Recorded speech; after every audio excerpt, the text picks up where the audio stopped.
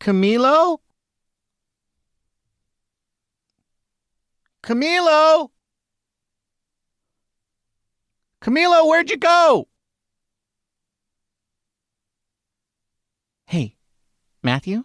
Yeah? Have you seen Camilo? I haven't seen him for a couple of days. I'm starting to get a little worried. I don't know where he went to. Yeah, I've been meaning to talk to you about that. What do you mean you've been meaning to talk to me about that? Oh, don't say it like that. Don't no. I don't not no. No. He didn't his elbow's been fine, man. Like don't tell me he had the TJ. I don't want to hear that. No, the elbow's fine. The elbow's fine. Oh, the elbow's fine. Okay. Well then what could possibly be wrong? Well, it's just that he's a Yankee. I don't know what. Are you drinking already? This is ridiculous. I don't have time for this, man. It's been like 3 days, and I don't have time for your crap. Where's Mike? You know what? Mike will know where he is. Does anybody see Bob? Bob, where's Yaz? I need to talk to Yaz because always knows where everybody is, and he will be able to find Camilo. Bob? Are you drunk? No, I'm not drunk. What are you talking about? What is wrong with everybody? I don't know. Where's Mike? Mike. Yeah. Okay, Ben. I've been meaning. Mike. Ben. What? I've been meaning to talk to you about that too. About what too? About Yaz. What about Yaz? It's just. What about Camilo? What happened? Ben, Camilo is a Yankee and Yaz is a Royal.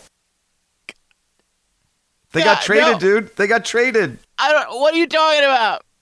What are you talking? No, Buster sent him away, Ben.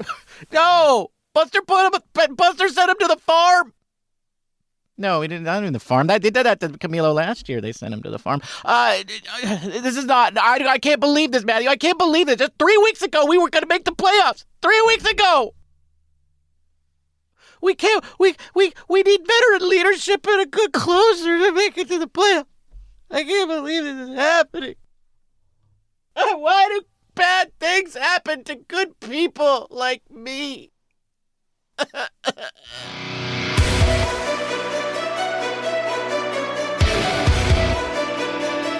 Welcome to Giant Cocktails, where the baseball is mid, but the cocktails are elite.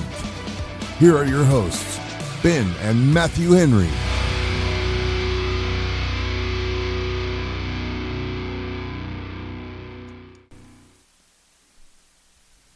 Welcome to episode 315 of Giant Cocktails.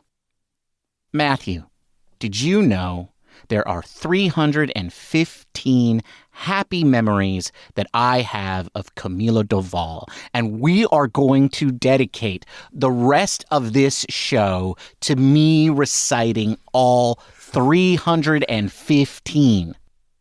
That's not what the show notes say. All right, fine. Okay, fine. I'll talk about whoever this is. Who do you have on you? Juan Marichal, whoever that is, gave up the most home runs. What? In Giants history with 315 home runs allowed. This means he played a long time. It's not even a good stat. Okay. And he is still one of the greatest pitchers to have ever played. Yes, he was, but right. I was thinking like we should just tell Hayden Birdsong this or something like, say, hey man, even Juan Marichal gave up 315 home runs. Sure. Yes, but he also pitched a really long time. So you got to pace yourself. You know what I'm saying? You got to pace yourself. No, the Dominican dandy. Yeah, when you pitch that long, you give up a lot of home runs. Enough with the banter. Let's talk cocktails. Yes, Bob, let's do it. What are you drinking, Ben? Well, Bob, despite my momentary lapse of mental cohesion a few moments ago, I do in fact know that Camilo Doval is no longer a San Francisco Giant. So today I'm presenting what I believe is the 5th cocktail named after Camilo Doval on this show. Which editor's note means he leads the all-time Giant Cocktails list of players named cocktails. That's right. Today, Bob, I'm drinking Camilo's Farewell. And I'll tell you what's in it at the end of the show. What are you drinking, Matthew? Just wanted to give Ben a second there. Bob, I'm drinking a cocktail I'm calling a pineapple banana split. And frankly, I can't wait to tell you about this because it's freaking awesome. So I'll tell you all about it at the end of the show. Wow, that sounds really good. I can't wait to hear about it. I can't wait to hear about it. Does it have ice cream in it? No, it does not. Does it have a banana? Yes, it does. Oh, okay. All right. Fair enough. As long as it's got bananas. Got bananas and pineapple for that matter. Yeah. This is where you go, anyway, today is... I know how to do my own bit. Thank you very much. Okay. Anyway, today is Sunday, August 3rd, as we record this podcast. Your San Francisco Giants somehow found a way to win baseball games. Coming back, baby. Woo! Going a 2-1 against the New York Mets, including the newest New York Met, Tyler Rogers. Suck it, Tyler. To bring their record to 56-56, which means all problems are solved, right, Matthew? They're back in it. They're in it to win it. They are 9 games out and in 3rd place in the National League West. And they're only the 2nd team out of the wild card. Tied with the Marlins and only half a game in front of the Cardinals and 2 games behind the Reds and 6 games out of that spot. And that spot is held by the Padres, who they most definitely do not have the tiebreaker against. Okay, never mind. This is the long, exciting resurgence of the 2025 San Francisco Giants. It hasn't happened yet. I'm sure Matthew still believes. Damn straight I do. Yeah, that's right. So what are we talking about today? Well, we're going to talk about the Mets series because that's what we do. We're going to move on. We're moving forward. We're not looking back. We're not dwelling on the past. We are going to look forward and we're going to get through this. We're going to get through this. And one of the ways that we get through it is by talking out the difficult things that happened, including the end of the trade deadline. Because last time we spoke, the Giants had traded away Tyler Rogers, and they were only threatening to trade away Camilo Doval and anybody else that was fair game. And I claimed that they didn't want anybody else, and I was wrong. And I claim that a team with the same record as the Giants and 3.5 games out of the last wild card spot isn't much of a step up. But it is 2.5 spots closer to the wild card than the Giants are. So yeah, we're going to talk about that trade as well. And I'm gonna make it through it. I am. But before we do that, we're going to talk about some tidbits, some observations, some little factoids that Matthew put on the list. I put things on the list too, but Matthew's were funnier, but I'm still bitter about it. Go ahead, Matthew. Bring up your tidbits. Well, I just thought this would be a good time to ask you, Ben. We need to have a conversation about who your new favorite Giant is. Do we? Do we need to have that conversation, Matthew? Yes, we do. Because Wilmer Flores is still on the team. Camilo Doval is not. Well, I'll tell you who it's not. It's not the new closer, because F that guy. He's got to earn your love. Is that what you're saying? Yeah, and it's also got to be able to pitch 2 days in a row. Okay? Okay, Randy? That does seem like a problem for a closer. Yeah. Okay, so Randy, I'm not saying you can't be my new favorite player, but I'm saying like you got to be able to pitch 2 days in a row. I don't know. Is it a reliever? I don't feel like it's a reliever. This is a hard question, Matthew. It's Andrew Knizner. It's Knizner. Knizner. Okay. Mm-hmm. All right. Yeah, that's who it is. That's who it is. I'm writing it down. He's going in the book. Current favorite San Francisco Giant, Andrew Knizner. There's actually a fair chance that he doesn't even finish the season with the Giants. Yeah, well, then I guess I'll have to get a new one, won't I? Yes. Not every reign is long, Matthew. Not every reign is long. You know? Okay. Yeah, all right. Long live Knizner. Yeah. Go, Andrew. Yeah. I should really look up how to pronounce his name. Yeah, look it up. Okay, next question. Well, actually, not a question. Just a little bit of me rubbing it in, because in our last episode, I asked you, do you think that Tyler Rogers got a ride with the Giants to New York? And you were like, heck no, make the Mets pay first class for him. Don't be sleeping with the enemy. You're all that, right? And then Tyler Rogers got asked about it, and he said yes, he rode with the Giants to New York, and it was an opportunity to have some final goodbyes and some closure, and it was really good for him. So, Tyler Rogers got a ride from the Giants because the Giants want to re-sign him in the offseason and didn't want to piss him off. First of all, I'm pretty sure it was a prediction. Because we couldn't. That's true. We were predicting. We were predicting. You were predicting. So your prediction was correct.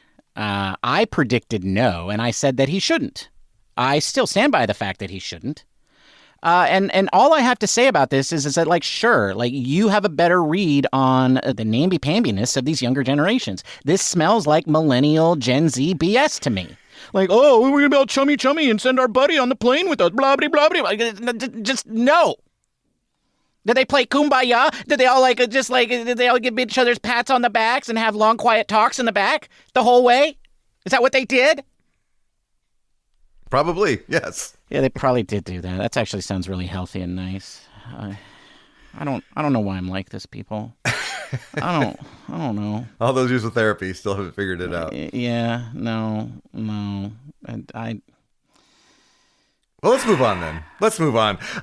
Ben, there were 2 players that were DFA'd in the last week to make room for some newcomers and such. Both of them pitchers. That might be where the similarity ends. Yeah, I got to tell you, this Sean Jelly thing, at the beginning of the season, he didn't make the major league roster. I thought he should have. I thought he was a lock to be like in that center of the, like a mid-inning, like Giants are tied or winning kind of spot, right? That's where I thought he was going to be. Doesn't even make the opening day roster. Instead, we got the guy that was living at my house and whose name I don't even remember, right? That's how much of an impression he made. Is that man even still on the Dodgers anymore? Does anybody know? And then Jelly came up and down and just was not good. It was not really that great here. Was not much better in Sacramento. And then there was the whole thing with the relationship information. And boom, now he's DFA'd. And I will point out, Matthew, Gerard and Wade Meckler are still on the 40-man roster. You know what I mean? So that's just interesting. It's just I don't know. It seems kind of like a sad story, but surprising story. And then we have one less Carson. We lost a Carson. We are 33% less Carsons than we used to. It might be less than that because I don't know how many Carsons there are. I just know of the 3. Yeah, that's true. I was surprised that happened, but I hadn't really been following it. And when I looked up his stats, I was like, oh, he didn't have a good year. Yeah, you know what the problem was, Matthew? He wasn't the best Carson. Well, I was going to say it was all the meat, but yeah, that's. I mean, you could have been third best Carson and still been on the team. Remember, Matthew, when the Giants had all of those Alexes? No, it's some other name. No, I don't remember. Brandon? No, that was there's those 2 of those guys. It'll come to me. I'll think it during later of the show. You just shout it out randomly when it comes to you. Okay. Right. I will. Folks, listen for that at the end after the credits, 4 episodes from now. All right, Matthew, it's time to talk about the Mets. And I got to tell you, Matthew, I'm much more interested in talking about the Mets this time around than I was last time we had to talk about the Mets. I think the last time we talked about the Mets, we didn't talk about them, right? Right. Well, that's because you filibustered for 5 minutes. That's right. I did. Talking about Lucille and how his mother was a horse, if I remember correctly. That is correct. That is correct. And so we didn't talk about the Mets last time. So this is almost like the first time that we're talking about the Mets. And Matthew, we're going to get through this quickly because we got a lot more to cover in the show. So we're just going to do a quick rundown. Game 1. 1-2 lost 1. That's right. And game 1, Robbie Ray win day. So, and that's back. That's a thing. And it looked like it, right? I mean, he pitched amazing. Yeah, but unfortunately that game did have a little too much Joey Lucchesi in it. It could have done because it did have enough Tyler Rogers in it. Or Camilo Doval for that matter, you know? Yeah. Ryan Walker and Randy Rodriguez were there and they were both really good. But too much Joey Lucchesi. But we did have the first sighting of our new reliever, Buteau. I'm really proud of you. I'm really proud of you for pronouncing it that way. Good job. You're welcome. I mean, thank you. I know how much you wanted to say Butto. I really wanted to say Butt-O a lot. But he came in and took care of Lucchesi's mess. And but I want to talk about what happened in the 10th inning because this was amazing. It was amazing. And actually, you and I watched it together live in person together. We watched it live in person. I was not. I you don't were know in the where kitchen. You were in the kitchen. I was in the living room. Oh, right. Okay. We were together. I thought you meant we were there in New York City. And I was I do not remember being in New York City on Friday. You and I don't live together anywhere near each other, but I just happened to be driving through town. And yes, and you were visiting. That's right. And we did see it together live on television. So actually not live, delayed by like 45 seconds or whatever it is. Whatever YouTube TV does. Yeah, well, it wasn't YouTube TV. This was Giants TV, Matthew. I go straight to the source. So anyway, what happened was Willie Adames was the Manfred runner. And I think Matt Chapman hit a ball to the right side. And Willie Adames advanced to third. And then Christian Koss was going to come up because he hit pinch ran earlier in the game. But instead, they pinch hit for him with former Met Dom Smith. And Dom just hit a single into the outfield. And Adames just came home and scored. Yeah, that was... I almost don't know how to describe that play because it wasn't hit to an infielder. It wasn't swung and missed. It wasn't popped up. No. It wasn't like a bunt attempt that went awry. It wasn't even an out, right? Like there was one out. They could have scored that way. It could have been like a sacrifice fly. And I like sacrifice flies. Seen a fair number of them. Especially in that scenario. But this was just a flat out hit. One out, advanced the runner. Second guy came up, drove him in. It was mind-blowing, but also a precursor. Foreshadowing. Okay, unfortunately, Matthew, we do have to talk about Game 2 of the series. Don't even remember it. Why don't you remember it? Well, frankly, I watched the first inning where Kaiwei Tang gave up 3 runs. And then what did you do? I was like, I got tickets to the county fair, so I'm outie. That's right. And right. then I checked in on my app throughout the fair, and I was right to leave early. Yeah, you were. So Matthew chose pigs and cows. And bunny rabbits. Did you see the racing pigs, Matthew? They had our theme was cats and dogs, and so they had dog tricks. That's not pig racing. Dog tricks. What? Okay. That's not as good as pig racing, but pig racing is the second best sport ever invented. There was no creative names for the dogs, which I was a little disappointed. Yeah, that is. The pig racing is like moon over my hammy, and just those. Yeah, and Bob. Did you know that one of the pigs is Bob? Yeah, one of the pigs is Bob. At least at the Alameda County Fair. Nice. All the way over there in Pleasanton. Okay. So, but what was most notable about Saturday was 2 things. Number 1, Tyler Rogers finally faced the only team in Major League Baseball that he had never faced.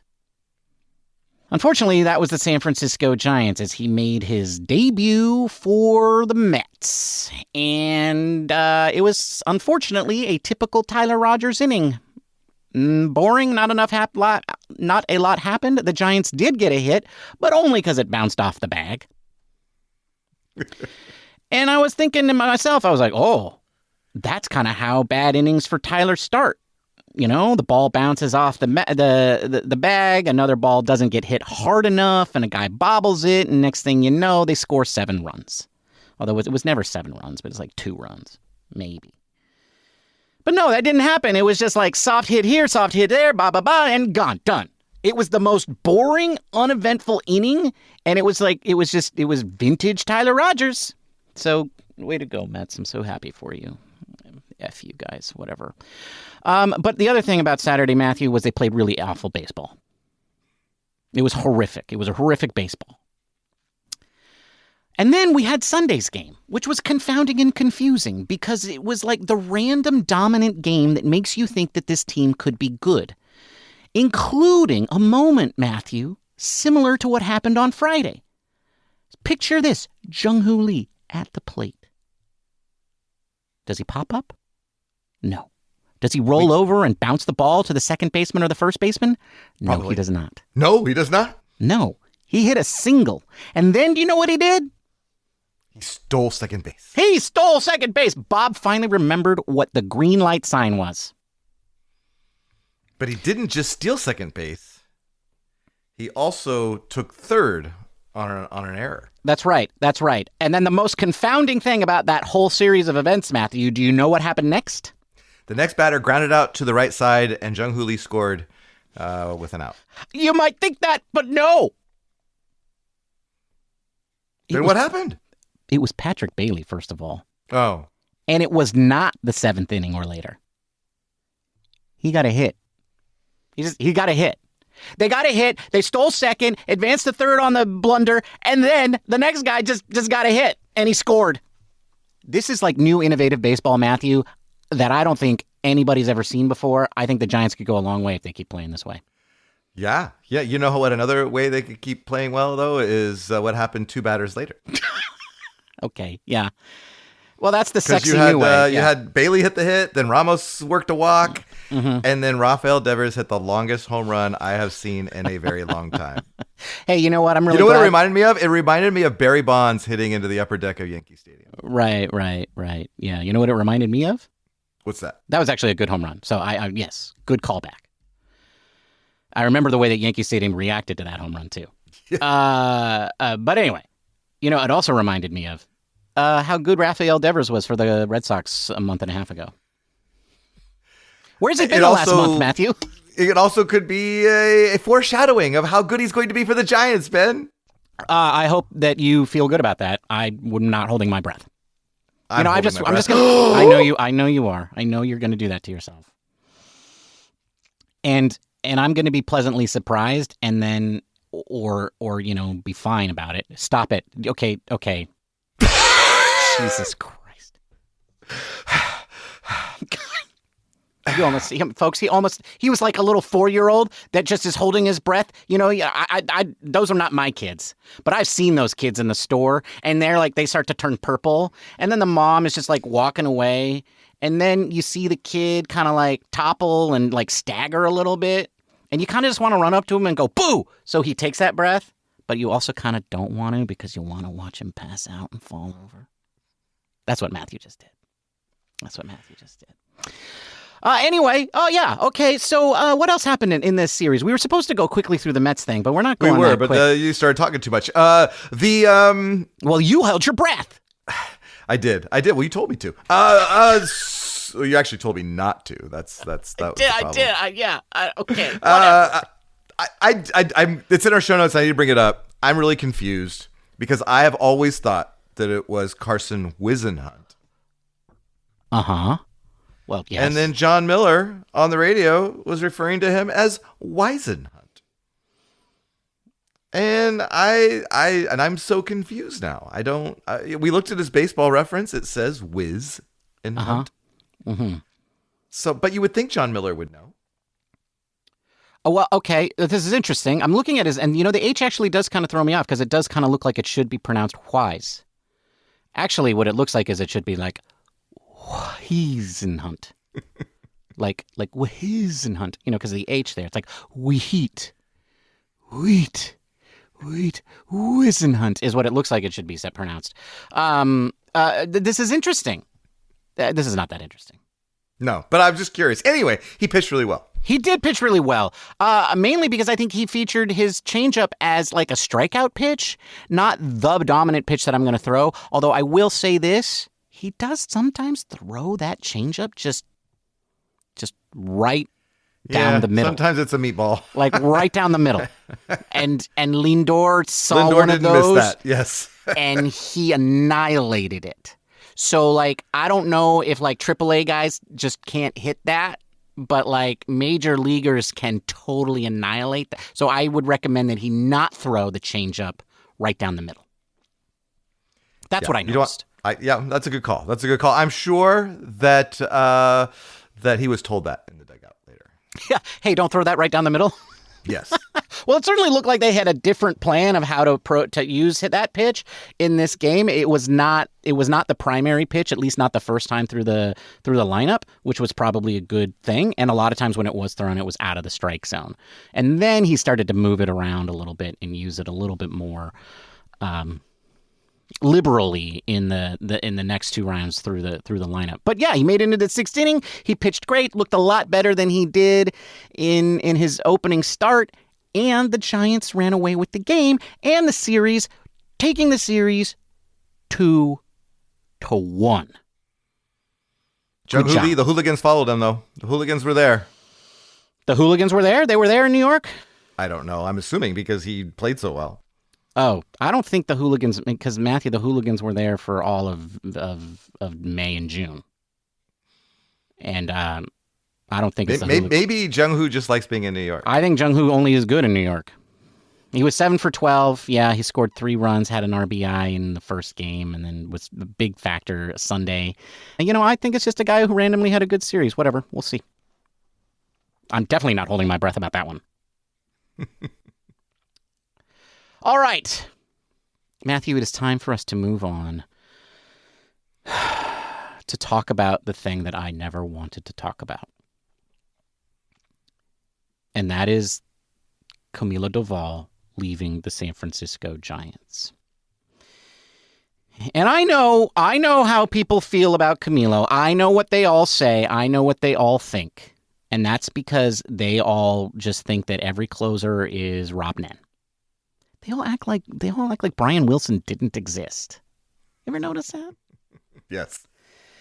Maybe because he was a Dodger afterwards. Yeah, that's probably that probably helps. And yeah, Camilo, he didn't always know where the ball was going. He had a propensity to walk the first guy that he faced. But you know what? When the guy was good, the guy was really, really good. But it was pretty clear, I think, based on the trade that they got, that they had decided they were going to trade Camilo. Like, once Rodgers was traded, it was like, we're also trading Camilo. And anybody else, anybody will take. And it seemed like the Camilo trade, because it didn't get announced until after the deadline, within like a few minutes of after the deadline, it was very tight up to that. It really felt like they were continuing to shop Camilo and then finally just pulled the trigger on the best deal that they had on the table. And the thing about that deal is he got 4 guys. They got 4 guys, and they were kind of all arranged at different levels. But it seemed to be the consensus was that they didn't get as good of a deal as they should have for an arm like Doval's. And instead of holding him back and saying, let's keep Camilo for another year, because they have control over his contract for another year, they were like, let's take these guys. And I think to a certain extent, they were probably selling at the high for Camilo.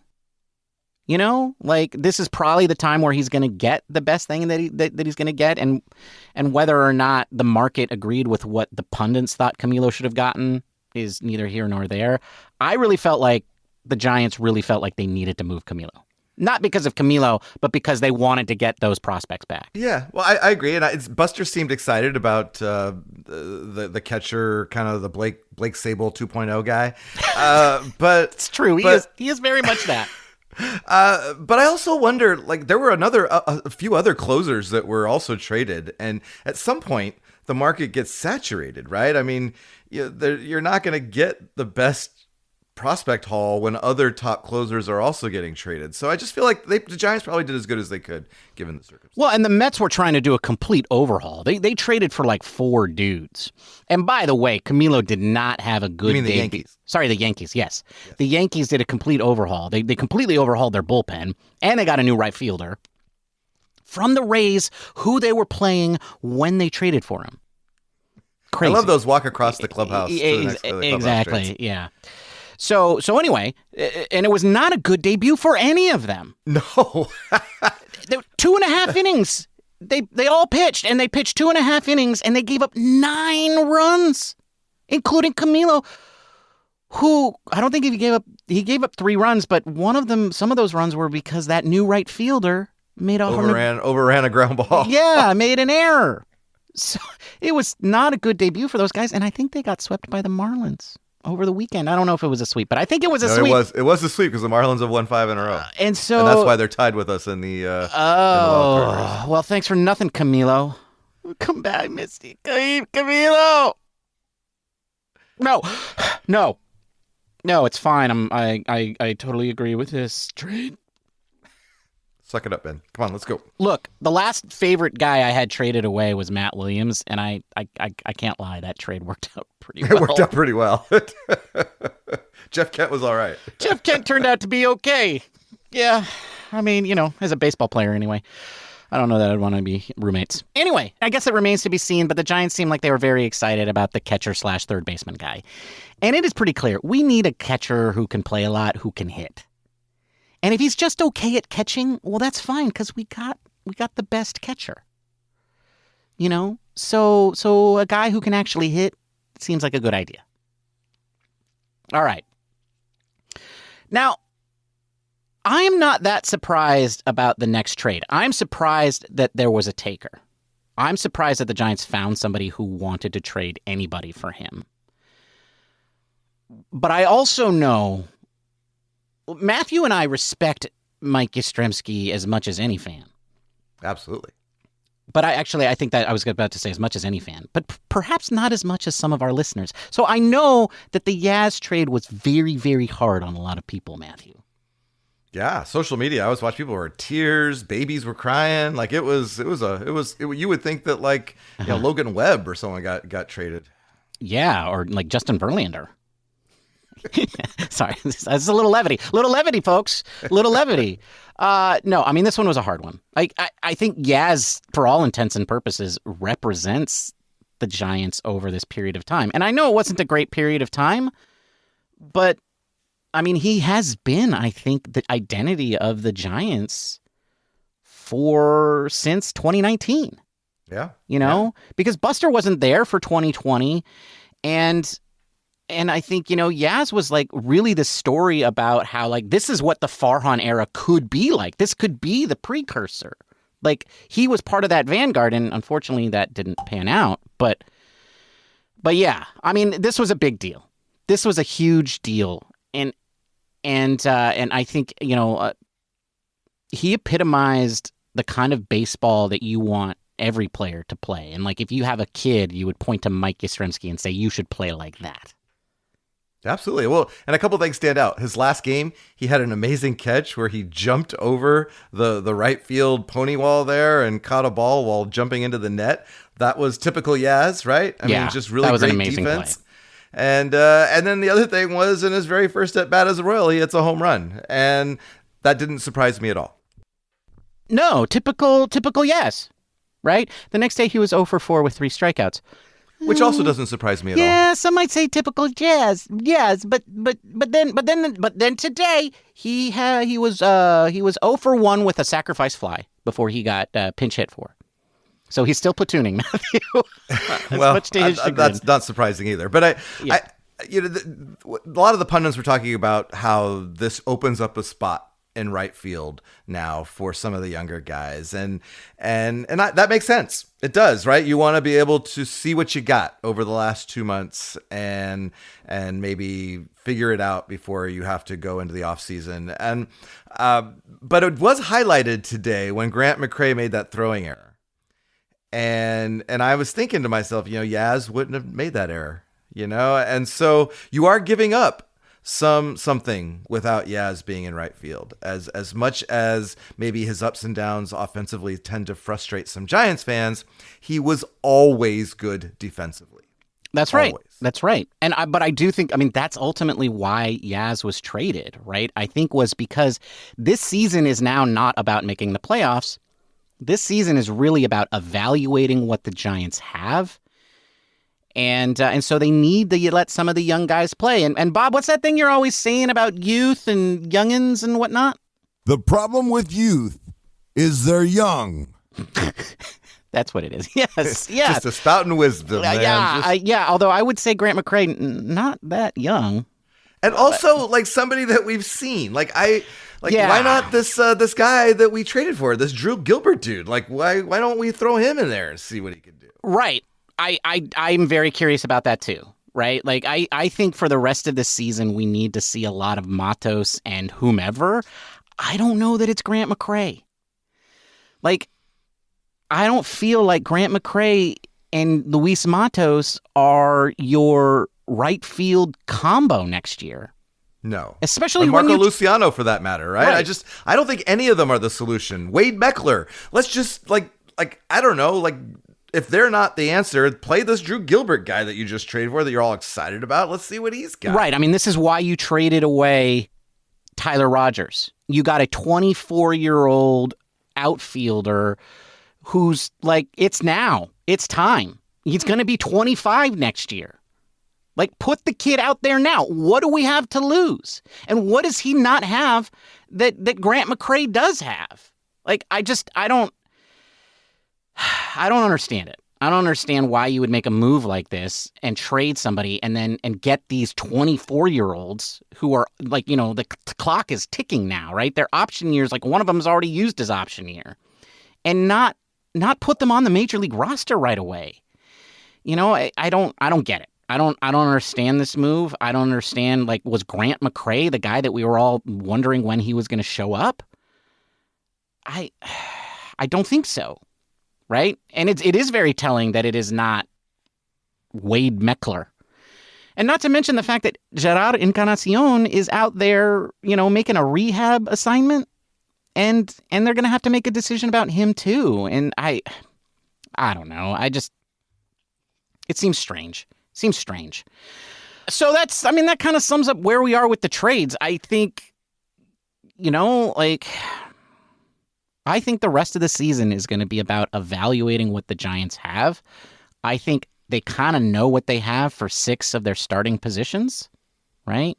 Yeah. They know what they have for left field, center field, shortstop, third base, casher, and DH.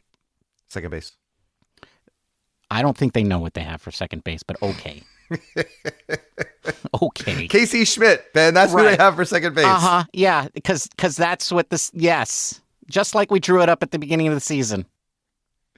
I'm just saying he's better than anything else that we've seen at second base, and he continues to improve. I think over the next couple of months he's going to cement his candidacy. I don't think a couple of months is enough time to cement his candidacy. I don't think he's been given enough time to do that. I think it'll still be a question mark at the end of the season. I'm high on him too, but again, remember, I wasn't high on him going into the season. I know, but if he hits 260 or something like that with a little pop, he's the second baseman for next year, Ben. That's just the way it's going to be. So they're not going to spend capital going out and getting some other guy. Why not? You're not seeing Jazz Chisholm as the second baseman. Why not? Well, why? I don't know that Jazz is exactly as good as I originally envisioned him being, but whatever. I'm still a Jazz fan. I'm telling you, John Kenzie Newell, and I'm buying a Yankees hat and watching Yankees games at 3:00 in the morning. I'm doing it. I don't care. There's no way they're getting him. But anyway, point is, Matthew, Casey Schmidt just is not going to have enough time at second base for him to prove that he's the second baseman of the future. It's going to be the Tyler Fitzgerald situation all over again, and look how that turned out. It could be the Luis Matos situation all over again. What? What? I'm sorry. It could be the Elliot Ramos situation all over again. Okay, well, then let me tell you about another guy I know and what situation it could just be like. Luis Matos. Okay, well. So it's not enough time. What happened to the guy that I was always like, oh, you got to let the young guys play? That's how young guys become veterans, is by playing. They did that. They did that with Elliot Ramos, and it worked. They did that with Tyler Fitzgerald, and it also worked. It showed us that he's not it. The problem is... So don't you got to do that with Casey Schmidt? Yeah, what I'm saying is you don't have enough time. Like you got next year. Yeah. You got 2026. Yeah, but like you're going to go into He's next... still under contract. That's valuable. He's got a cheap contract. I don't know why you're excited about this. What if he pulls a Tyler Fitzgerald next year? I just feel like he's good and that he's going to be a good player for the Giants. But what if he's Tyler Fitzgerald? Then next year you'll be screwed. That's the problem. I don't think the Giants playoff hopes next year are riding on whether we get a second baseman that can hit a couple more home runs. Like that's just like I don't think there's anybody out there that's that much better than what Casey Schmidt gives. So pray tell, how is the offense next year going to be better if you don't get better at those three positions? First base, Bryce, right field, Eldridge. and second base. Oh, so you're saying first base. You're putting all your eggs in the first base basket. And right field, and our all-star level players playing like all-star level players. You have to factor that in. That's got to be part of the solution. I factored that in this year, and it was not part of the solution. So you can't bring in some guy to fix it in right field. You need the guys that you already have to play better. I would rather get two guys. I would rather get Bryce Eldridge and a second baseman and a right fielder in case my other guys decide to just suck from the rest of their careers.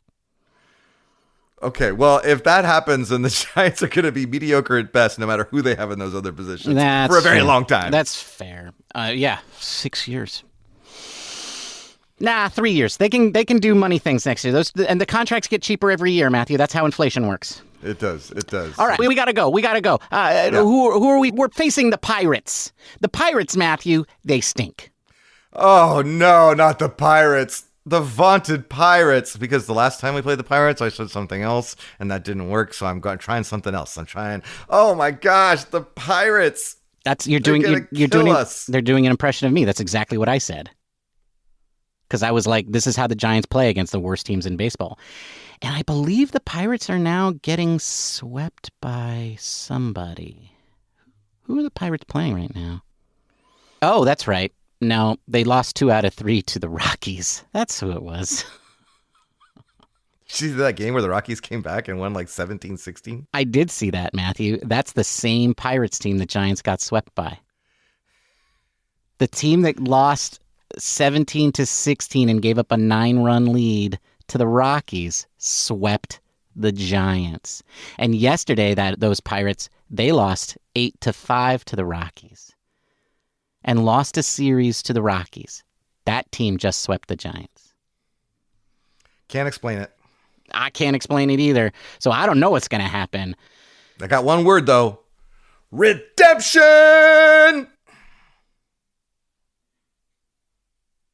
I guess it's probably better to be like you. Just like you're always positive. You always think good things are going to happen. And when they don't, I feel like I don't know, maybe I'm just overplaying that. When they don't, it's your fault for bringing down the mojo. I jinxed it. That's fair. Okay. Isn't it time for the booze, boys? Yes, Bob, it is. It is time for the booze. What are you drinking, Ben? Well, thank you for asking, Bob. That's very kind of you. Today, Bob, I am drinking a cocktail that I am calling Camilo's Farewell. Many, many moons ago, I created a cocktail called Camilo Rising. And it had as its base a bison grass vodka, which I never purchased again. I got it as a gift from a colleague, and I just was like, it's not for me to go out and get more. But I wanted to reprise that cocktail and make some twists and changes to it. And so I was looking through my bar, and I saw my Agricole rum, which is a very grassy flavored rum.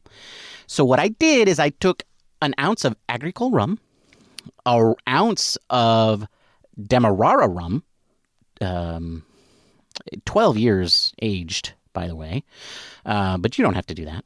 I combined that with half an ounce of ginger liqueur And then to that, I added 2 shots of cherry bitters. I put all of that into a mixing glass with ice. I stirred that to my desired dilution. And then I poured that over a single large chunk of ice. And that is how you make Camilo's Farewell. And it's really interesting because it's not a very sweet cocktail, but because of the cherry bitters and the Demerara rum, it has this very fruity top notes. And then the grassiness from the Agricole rum underneath is really nice as well. And if you've had Agricole rum and it turns you off a little bit, well, I would say that the other elements to this cocktail help mellow that out, but still keep a little bit of that earthiness in there. So it creates a very interesting flavor profile. You could also add this with a little sweetener and a little tartness and make this a sour if you wanted. And I think it would also be quite good. And that's what I'm drinking today, Bob. Camilo's Farewell. That's a tasty cocktail. I actually really like it. It's good. What are you drinking, Matthew? Bob, I'm drinking a pineapple banana split. And again, Ben and I proving once again that we are brothers. Both chose rum-based drinks today. What's in a pineapple banana split? Well, it's got 1.5 ounces of Flor de Cana 12-year rum. Which is a very nicely flavored rum and doesn't break the bank. So I highly recommend the Flor de Cana rums. They're very good. Then it's got a 1/4 ounce of banana liqueur.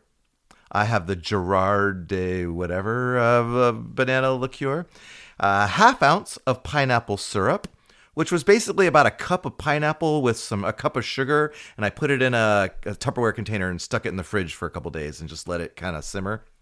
And then I got 3/4 ounces of lime juice and 1 dash of chocolate bitters. You put all those into a shaker with ice, give it a good shake for, 12 to 15 seconds, double strain it into a chilled coupe glass, and you're going to garnish it with a banana slice, or if you want to go crazy, maybe some chocolate shavings. What you get is a very nice, deep, just tasty, kind of daiquiri riff. So that's what I'm drinking, Bob. A pineapple banana split. That's a tasty cocktail. Damn Skippy, it's tasty. That sounds very good. It's Giffard's Banane do Brazil. Do Brazil, that's right. Thank you, Ben. Thank you. And that's a wrap, folks.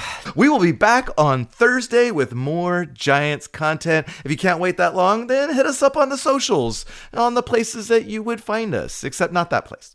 And then you can also find us on YouTube, where you can subscribe, and you can also leave us comments.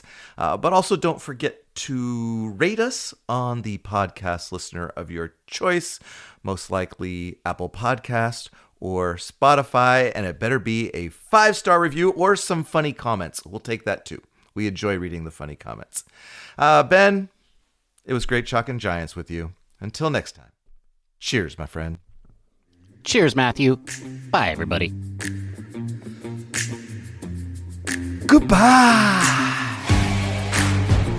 Thank you for listening to the Giant Cocktails Podcast. Until next time, bottoms up.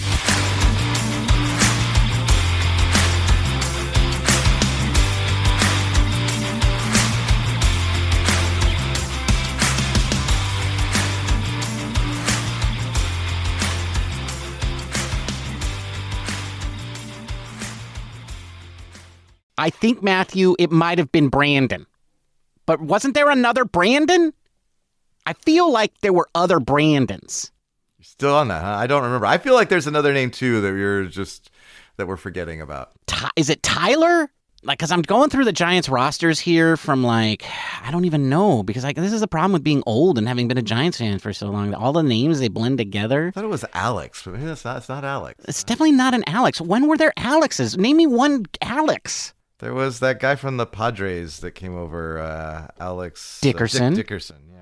Yeah. And then maybe Alex Pavlovich. Maybe that's what I'm thinking of. Right. It was Dickerson and Pavlovich, and that's the Alexes. I feel like there was at least one other Brandon, but I can't remember who the other Brandon was. I'm looking at 2014 now. No. Brandon Crawford. I feel like it was later. I feel it was like 2021 kind of years. Maybe. Oh, what? Well, that's when Alex Dickerson was 2021. I'm thinking I'm looking further back. 2019. Matthew, who was the Giant with the highest WAR for the 2019 San Francisco Giants? 2019? Buster Posey? No. Logan Webb? No. Then I don't know. Jeff Samardzija. Get out of here. Jeff Samardzija, highest WAR for the Giants in 2019 with a 3.4. Posey wasn't even on the list of the top 10. Sam Dyson was 1.3. Stephen Vogt, 1.1. Donnie Barrels, 1.6. That would have been a good choice. Yeah. Mike Yastrzemski, 2.5. I was going to say Mike Yastrzemski, but I couldn't remember like how much he'd played that year because I knew that was 107 games, man. He had a 2.5 WAR. He hit 272. Yeah. Had a 122 OPS plus. He had the highest OPS plus on the team. 2020 had the highest WAR, I would bet, for the Giants. I would bet you so. Let me just hit one more. You are correct, sir. You are correct. Brandon Belt was second highest, and then Donnie Barrels was third. Yeah, it's got MVP votes that year. That's right. He finished 9th or something like that in MVP voting. Yeah, he had a 164 OPS plus. He hit 297. Yeah, he was 8th. He was 8th in MVP voting.